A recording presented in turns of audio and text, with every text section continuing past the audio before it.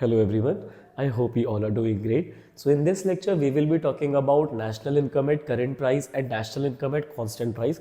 इस फिनोमिना को समझने के लिए आपको पहले बेस ईयर समझना पड़ेगा। बेटा बेस ईयर एक रेफरेंस ईयर होता है जो कोई भी कंट्री की गवर्नमेंट डिसाइड करती है, और जो ईयर गवर्नमेंट डिसाइड कर लेती है उसमें वो प्राइजेस 100 एज्यूम कर लेते हैं फॉर एवरी कमोडिटी। बेटा काफ़ी चीज़ें ऐसी हैं जो 100 रुपीज़ से कम होती हैं, काफ़ी चीज़ें ऐसी हैं जो 100 रुपीज़ से काफ़ी ज़्यादा प्राइस की होती हैं। बट ऐसी इकोनॉमिक्स में एजम्पशन है कि बेस ईयर जो भी गवर्नमेंट फिक्स करेगी उसमें इंडेक्स की वैल्यू 100 होगी, मतलब हर चीज़ की वैल्यू हम 100 के बराबर मान लेते हैं।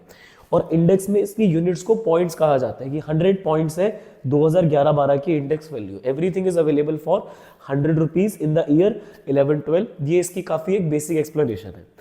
करंट ईयर जो कि अभी मैं वीडियो को रिकॉर्ड कर रहा हूं, द करंट ईयर इज 1 अप्रैल 23 से लेकर 31 मार्च 24। इसमें जो इंडेक्स की वैल्यू निकल कर आएगी उसके लिए ये फॉर्मूला अप्लाई करना पड़ता है। एक एज्यूम कर लेते हैं वैल्यू आती है निकल कर 150। तो what does this all mean? इसका मतलब ये हो गया कि जो चीज़ 2011-12 में 100 रुपये की मिलती थी वो सेम चीज़ अब 2023-24 में 150 रुपीज़ की मिलेगी। तो जो प्राइस लेवल्स हैं वो 50% से बढ़ गए, मतलब प्राइजेस 50% से बढ़ गए। जो चीज़ 10 रुपये की थी वो 15 रुपये की हो गई, जो 1000 रुपये की थी वो 1500 रुपये की हो गई। ये हर एक प्रोडक्ट के लिए अप्लाई नहीं होता, ये एक एवरेज इंक्रीज है। ये एक इन्फ्लेशन बताता है कि जो प्राइजेस है वो इन्फ्लेट हुए हैं 50% से ऑन एन एवरेज। अगर उस साल ब्रेड मिलती थी 40 रुपये की, ब्रेड सब लोग खाते थे बेटा, उस ईयर में ब्रेड 40 की थी, 50% से रेट बढ़ गया तो 40 का आधा होता है 20, तो अब रेट 60 हो गया, आधे से बढ़ गया rate. So that's how this 100 and 150 signify. Now how do we calculate this 150 and what is the value of price index? What does all this mean? अब हम इसके बारे में बात कर लेते हैं, बट मैं ये एज्यूम करके चल रहा हूं कि आपको बेस ईयर का मीनिंग क्लियर हो गया, रेफरेंस ईयर जिससे हम प्राइस लेवल्स को कंपेयर करते हैं ओवर द डिफरेंट ईयर्स। तो बेस ईयर की इंडेक्स वैल्यू बाय डिफॉल्ट 100 होती है। इकोनॉमिक्स का कंसेप्ट है, सिर्फ एक इंडिया कंट्री का कंसेप्ट नहीं है कि जो भी बेस ईयर गवर्नमेंट ने बोल दिया उसमें 100 होगा। ये हर कंट्री के लिए अप्लाई करा जाता है।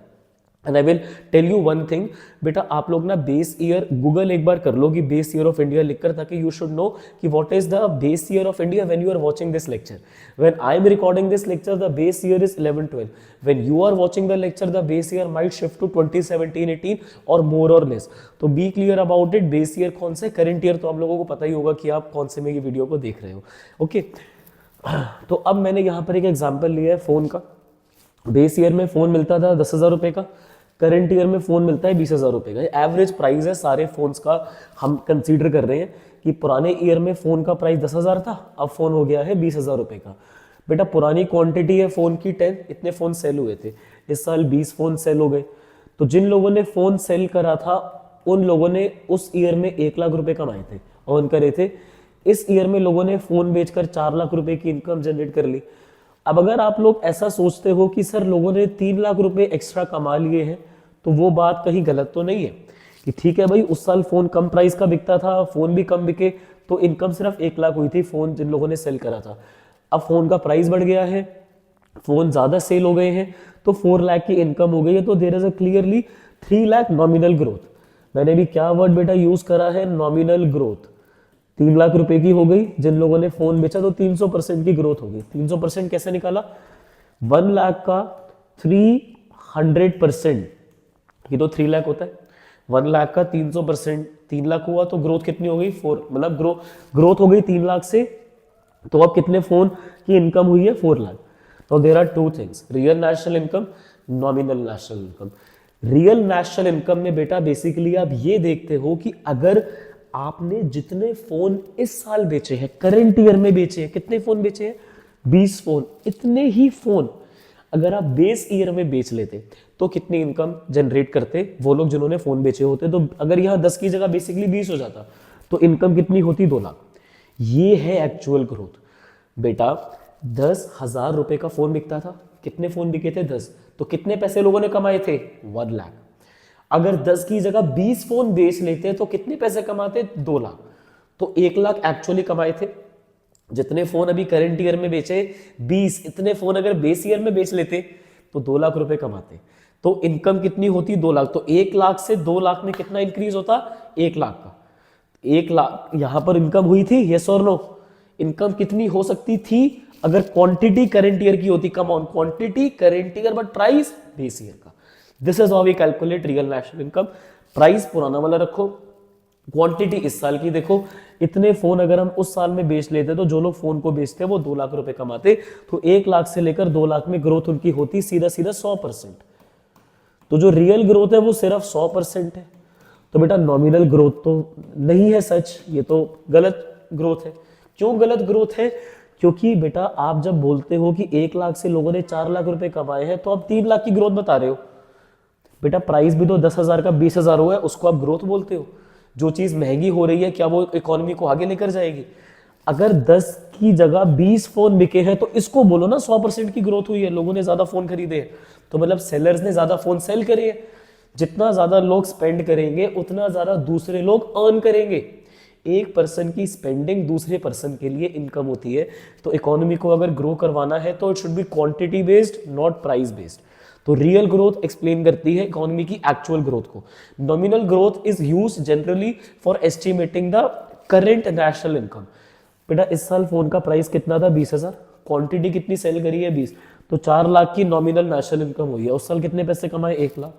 इस साल कमाए हैं 4 लाख, तो नॉमिनल ग्रोथ है 300%। तो this all is very very important whatever we have done right now. अब रियल नेशनल इनकम आपने निकाली कि उस साल अगर आप 20 फोन बेचते तो आप 2 लाख रुपए कमाते, और इस साल आपने 4 लाख रुपए कमाए हैं। तो नॉमिनल नेशनल इनकम इस साल है 4 लाख की, और रियल नेशनल इनकम आपकी हो जाती 2 लाख अगर आप 20 फोन बेस ईयर में सेल करते। तो बेस ईयर में फोन मिलता रहा 10,000 रुपए का। अगर उस साल आप 20 फोन बेच लेते तो आप 2 लाख रुपए की इनकम करते, नॉट 1 लाख। तो वो डिनोमिनेटर, न्यूमिनेटर है नॉमिनल नेशनल इनकम, डिनोमिनेटर है 2 लाख। मल्टीप्लाई कर दो इसको 100, ऊपर लाख में बेटा कितने जीरो आते हैं? 5।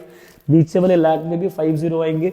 ऊपर के 5 जीरोस नीचे वाले 5 जीरो से जब कट जाएंगे तो आपकी जो प्राइस इंडेक्स की वैल्यू निकल कर आ रही है वो कितनी निकल कर आ रही है? 200। कैसे आई? इस आपने 2 को इस 4 से कैंसिल करा तो यहाँ 2 बच गया। 2 को 100 से मल्टीप्लाई करोगे 200। तो अब मैं यहाँ पर जरा सही वैल्यू को पुट कर दूं जो हमने कैलकुलेट कर ली है, और ये 60 40 जो ये सब एक्सप्लेन करने के लिए मैंने लिखा था ये सब हमें रिमूव कर देना चाहिए। और अब यहाँ पर हम एक्चुअल फिगर्स को पुट करेंगे कि अब इंडेक्स की वैल्यू हमने जो कैलकुलेट करी है it is coming out to be 200। तो price levels have increased by 100%। Simple सा मतलब ये कि जो चीज बेस ईयर में 100 रुपए की मिलती थी वही चीज करेंट ईयर में 200 रुपए की मिलेगी।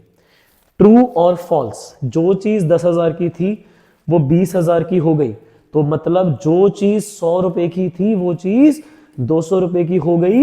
ये चीज इंडेक्स नंबर से पता लगती है। अब समझ में आया इंडेक्स का मीनिंग क्या होता है? तो ये मीनिंग होता है इंडेक्स का कि वो ये बताते हैं कि प्राइस लेवल्स कितने परसेंटेज से बड़े हैं।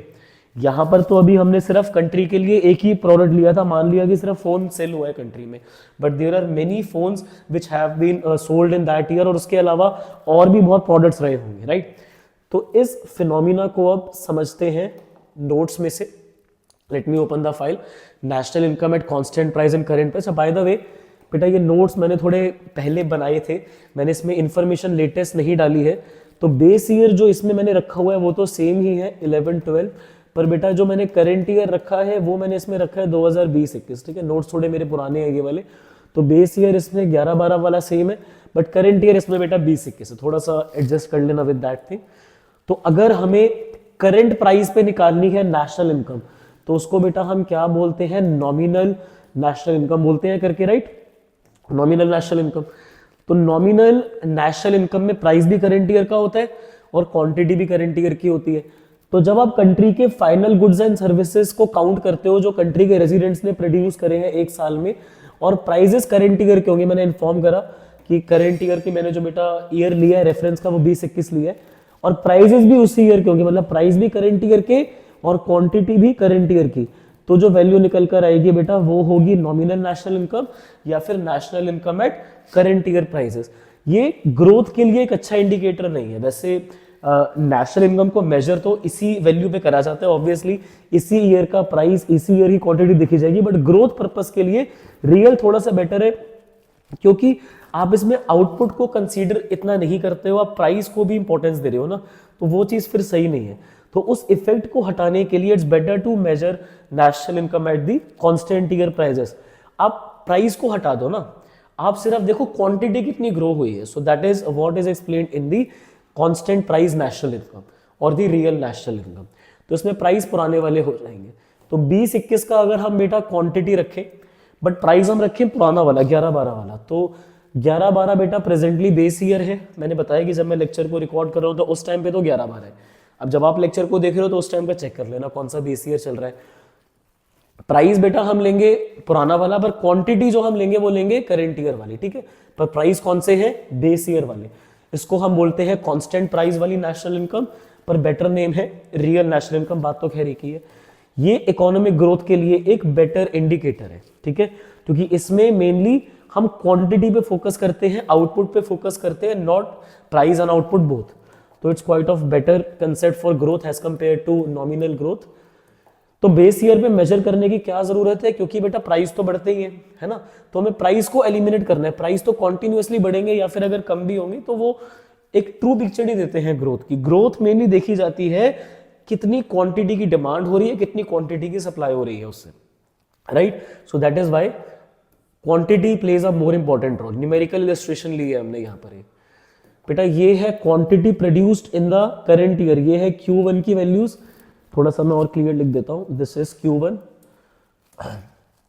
And this is P1, this is Q1 right here, this is prices of current year and this is prices of base year. Now how do we calculate national income at current prices? तो obviously price भी current year का आएगा बेटा और quantity भी current year. ये P1 है बेटा, P1 into Q1। And for constant prices price पुराने वाले आएंगे बट क्वांटिटी करंट ईयर वाली आएगी। इसको बोलते हैं नॉमिनल नेशनल इनकम, इसको बोलते हैं रियल नेशनल इनकम। अब मल्टीपल प्रोडक्ट्स है यहाँ पर, वीट भी है, क्लोथ भी है और बेटा मिल्क भी है। बेटा वीट की क्वांटिटी करंट ईयर की 1000 है, प्राइस है 12, तो 12,000। फिर 500 times 10 will give you 5000, 250 times 12 will give you 3000। ये सारी जो वैल्यू हम निकाल रहे हैं they are all nominal national income. बेटा इनकम को वाई लिखते हैं, आई इन्वेस्टमेंट को लिखते हैं। सो नॉमिनल नेशनल इनकम, आप पूरा पूरा लिखना, शॉर्ट में मत लिखना, अभी मैंने स्पेस कम थी इसलिए ऐसे लिखा है। For real price base year के लोग, इसमें बेटा काम बेस ईयर का होता है, इसमें काम करंट ईयर का होता है। जब हम नॉमिनल की बात करेंगे तो करंट, जब हम रियल की बात करेंगे तो we will be focusing on the old prices और द बेस ईयर प्राइजेस। 7 रुपए किलो का वीट मिलता था पर किलो, और क्वांटिटी कितनी बेटा सेल हुई है 1000 करंट ईयर में 7000, and then 6 into 500 will give you 3000, 8 into 250 will give you 2000। तो जो टोटल रियल नेशनल इनकम आपकी निकल कर आ रही है comes out to be 12,000, nominal आ रही है 20,000। तो ये जो डिफरेंस निकल कर आ रहा है क्या ये ऑथेंटिक है? इस साल आपने इतने पैसे कमाए हैं 20,000, बट जितनी क्वांटिटी आपने इस ईयर में सेल करी है, कहां पर है क्वांटिटी, ये रही। इतनी ही क्वांटिटी अगर आप बेस ईयर के टाइम पर सेल करते उस प्राइजेस पर तो आप 20,000 नहीं कमाते, आप सिर्फ कितना कमाते 12,000। तो ये जो डिफरेंस आ रहा है 8,000 का, ये नहीं होना चाहिए ना। ये क्यों हुआ 8,000 का डिफरेंस? क्योंकि प्राइजेस बढ़े हैं, सिंपल बात। प्राइजेस बढ़ गए ना, प्राइजेस 7 से 12 रुपए किलो हो गया वीट। बेटा कपड़ा 1 मीटर 6 रुपए से 10 रुपए हो गया और दूध 1 लीटर 8 रुपए से 12 रुपए हो गया। इसलिए आपकी जो इनकम है वो 12,000 की जगह 20,000 की फिगर दिखा रही है, बट आपकी कंट्री इसमें 8,000 से ग्रो नहीं हुई है। तो वही चीज को यहां पर समझना जरूरी है कि अगर हमने उसको करंट ईयर के प्राइस पे निकाला है तो 20,000 की ओवरऑल वैल्यू आ रही है, बेस ईयर पे निकाला है तो 12,000 आ रही है। तो ये जो फर्क आ रहा है 8,000 का, ये कोई ग्रोथ नहीं है। अब ये नहीं बोलोगे कि हमने ज्यादा पैसे कमाए हैं। अगर आप जितनी क्वांटिटी आपने इस साल बेची उतनी आप उस साल बेचते तो 20 नहीं 12,000 आप अर्न करते, ठीक है। तो ये जो इंक्रीज है मेनली सिर्फ प्राइस की वजह से है, क्वांटिटी की वजह से नहीं है। रियल ग्रोथ को अगर देखना है तो बेटा क्वांटिटी को देखो और प्राइसेस को फिक्स रखो। इस साल की क्वांटिटी प्राइस उस साल का, और उस साल की जो क्वांटिटी होगी फिर उससे कंपेयर कर लो, जैसे हमने फोन के केस में करा था। यहाँ पर अभी बेस ईयर की क्वांटिटी है नहीं, तो मैं वैसे परसेंटेज वाली ग्रोथ यहाँ पर करके नहीं बता सकता। अब वो जो वहां वाला एग्जाम्पल था उसमें तो जो क्वांटिटी थी वो मैंने बेस ईयर करंट ईयर दोनों की लिखी थी। इस वाले एग्जाम्पल में सिर्फ क्वांटिटी करंट ईयर की है, फॉर्मूले में रिक्वायरमेंट ही नहीं है।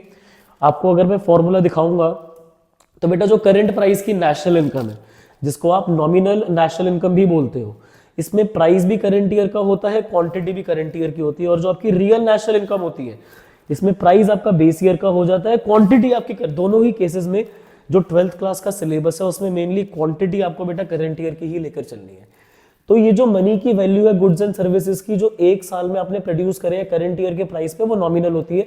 बट रियल वाले के लिए प्राइजेस बेस ईयर के होते हैं, क्वांटिटी करंट ईयर की रख के देखते हैं। ये इकोनॉमिक ग्रोथ के लिए अच्छा टूल नहीं है, ये इकोनॉमिक ग्रोथ के लिए एक बेटर टूल है। बेटा नॉमिनल में प्राइस क्वांटिटी दोनों बेटर करते हैं, बट रियल में मेनली क्वांटिटी मैटर करती है, इसीलिए ये सुपीरियर है, राइट। ये सूटेबल नहीं है कंपैरिजन के लिए नेशनल इनकम को, ये जनरली यूज करा जाता है कंपैरिजन पर्पस के लिए। Fine, so this is the difference between nominal national income and real national income. Now there is a formula for price index also. Constant price की national income is what? Price base year का, quantity current year की। बेटा current price पे कैसे निकालते हैं? Price current year का, quantity भी करंट ईयर की। प्राइस इंडेक्स की वैल्यू डिनोमिनेटर में, फिर वहां मल्टीप्लीकेशन बाय 100। मैंने आपको जो फॉर्मूला लिखवाया था पीछे, उसमें प्राइस इंडेक्स वहां पर था और ये वाली फिगर यहां पर, जो क्रॉस मल्टीप्लाई होगा तो वो वैसे ही बन जाएगा। अब इस पे बेस्ड कोई न्यूमेरिकल आ सकता है आपको, जैसे उन्होंने बोला कि कांस्टेंट प्राइस की जो नेशनल इनकम है या फिर जो रियल नेशनल इनकम है, उन्होंने आपको बेटा वो सपोज करो बता दी है कि है 2 लाख रुपीज, और जो नॉमिनल नेशनल इनकम है वो है 4 lakh rupees, and they are asking you to calculate the value of price index. Cross multiply करके वहां ले जाओ, 2 लाख को यहां ले आओ, 100 से मल्टीप्लाई होगा, and again you will get the index value as 200। ये वाला क्वेश्चन हमने भी करा था, रिमेंबर, लाइक दिस। मैंने आपको जो फॉर्मूला था वो थोड़ा सा और बेटर वे में बताया हुआ था, right here, nominal national income divide by real national income multiply by 100। Here is the formula, right here, for calculating the value of price index. Nominal upon real into, काफी बच्चों को ना ये formula याद नहीं होता, मैं स्टूडेंट्स को बोलता हूं NRI से याद रख सकते हो, ठीक है। N से नॉमिनल, R से real, I 100, nominal upon real multiply by 100। इससे आपकी प्राइस के इंडेक्स की वैल्यू निकल कर आ जाएगी। इस पे बेस्ड न्यूमेरिकल आपको आपकी टेक्स्ट बुक में मिल जाएंगे। I will suggest you to practice numericals related to this phenomena. And but still, if you have any doubt, difficulty in this concept left, so feel free to ask to me in the comment section or on my Insta handle. I will get back to you as fast as possible. Thank you for listening me so patiently. Have a nice day.